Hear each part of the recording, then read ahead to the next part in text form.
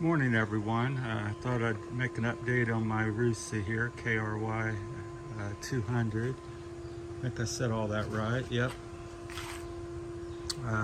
Got a hydraulic clutch last week. There it is on the right of the screen. Of course, it's on your left on the bike. There's the brake. And been thinking about it and waiting for about 6-8 months to get one. And it's not terribly expensive, this particular one. That might be part of the problem. But it was about 1,500 pesos or something, which is around 25-30 bucks, I believe.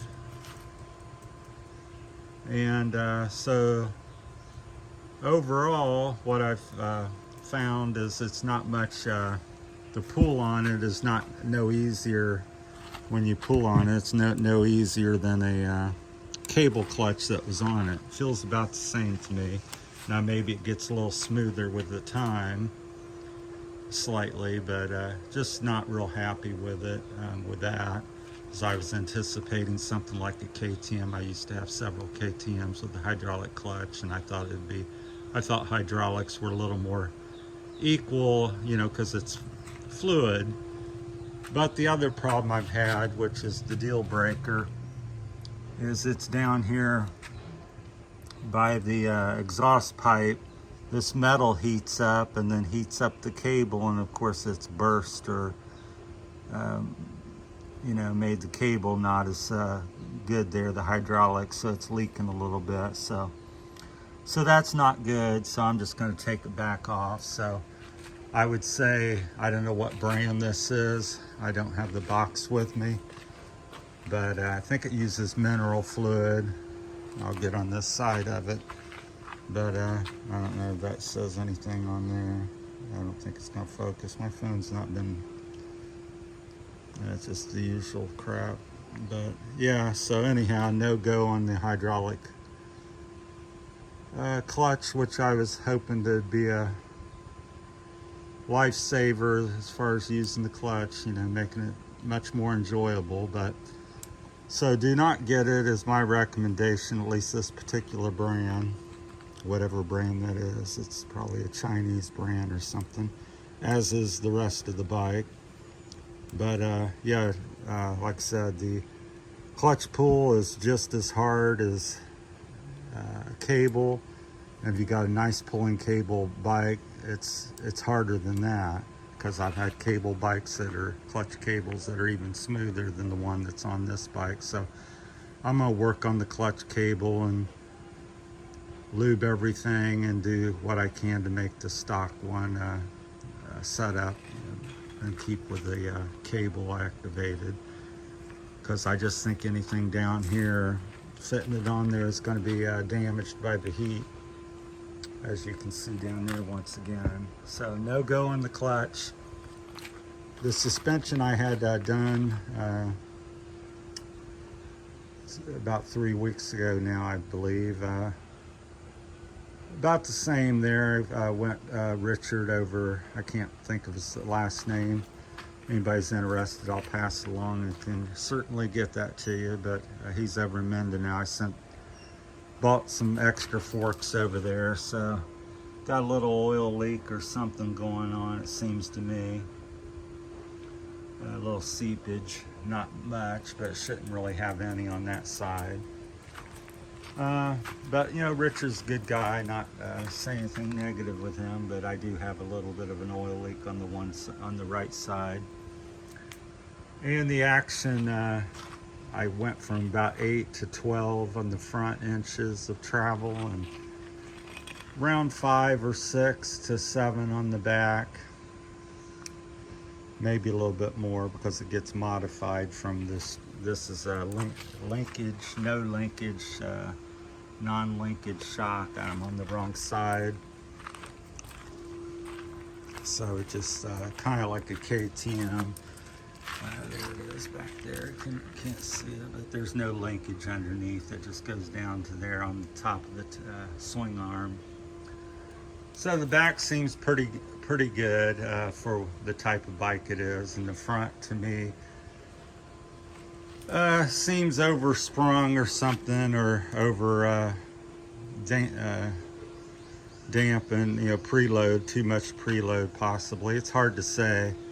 I've never ridden any bike like this as far as this type of suspension. I've always had, you know, Kawasaki Japanese bikes, KTMs, Ducatis, that type of stuff. So I've never experienced a low end fork before. So now it really eats up the big bumps. What I'm having, my complaint is the chops. So if you go over here and look at the laying out of the house here, you see the roots and the little rocks there. Even the little rocks there throw me off course and just vibrate my hands to death, and just really rough.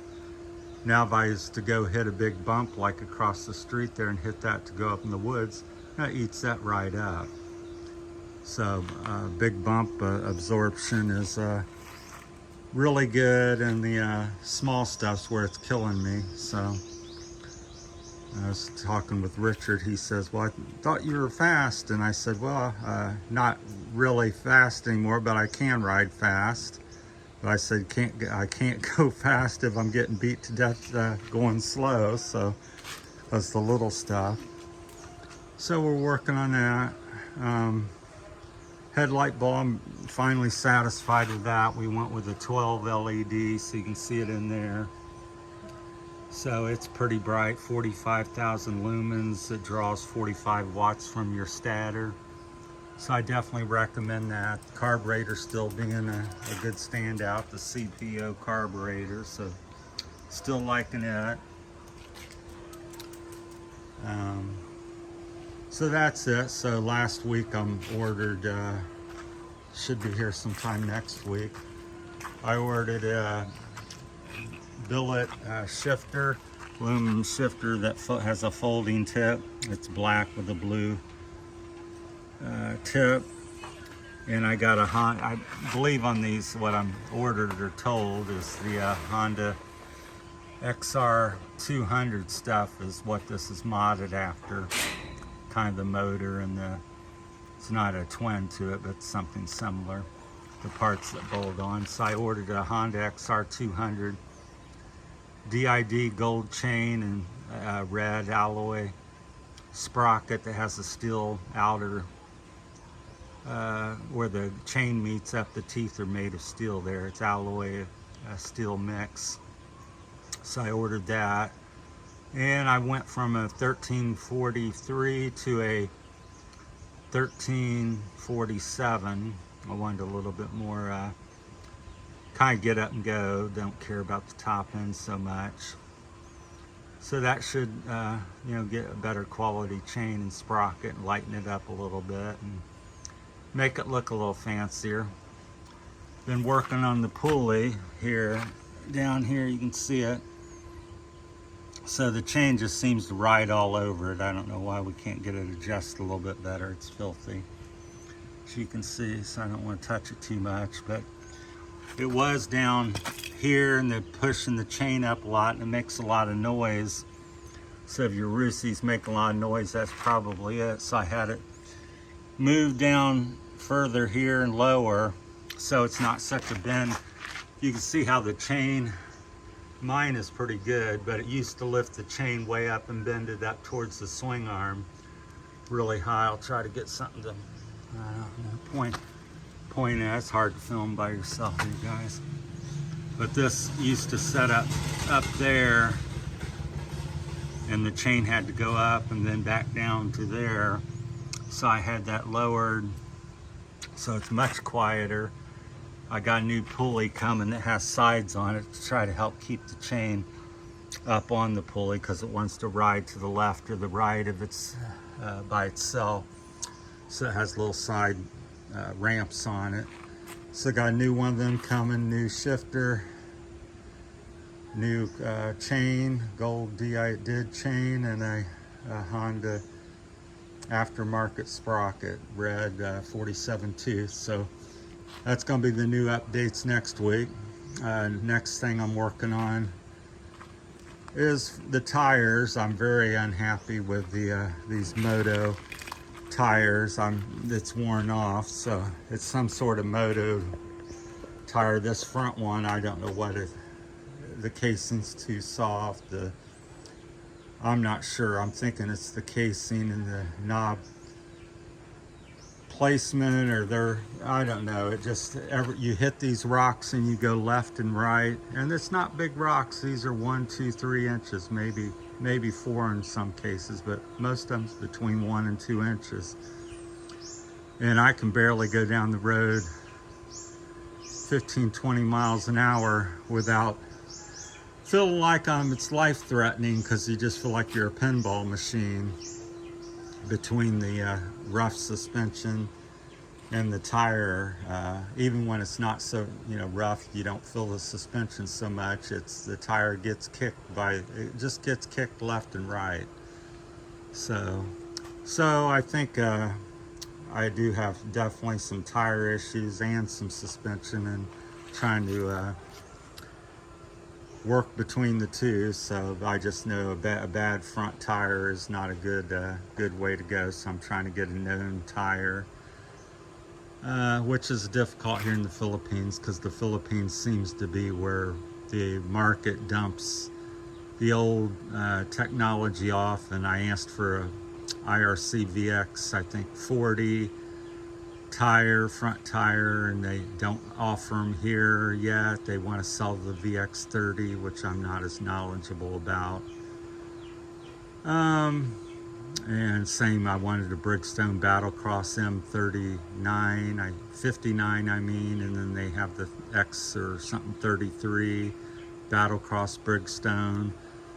I don't think I can get either one here. Don't know if it's a Bridgestone issue. It's just difficult to, so you end up with stuff like this. And I said, I've never heard of it from America, which is where I'm from. So, and it's been a few years since I've ridden, but the front of this bike, between the tire and the suspension, is about the worst bike I've ever ridden. I mean, a Kawasaki K100, maybe it's on par with that, as I've had a couple of them in my day. I bought them for my wife and girlfriends years and years ago. So other than that, I think an XR200 suspension would, blow this away. Even though this looks more modern, it's much beefier. That is a positive. The forks just do not flex, side to side. So when you're in a rut or hitting big things, it's not ricocheting like the old XRs do. You really veg in handling, because the fork flexes an inch or more. Seems like best I could recall. So that's it. That's the latest update.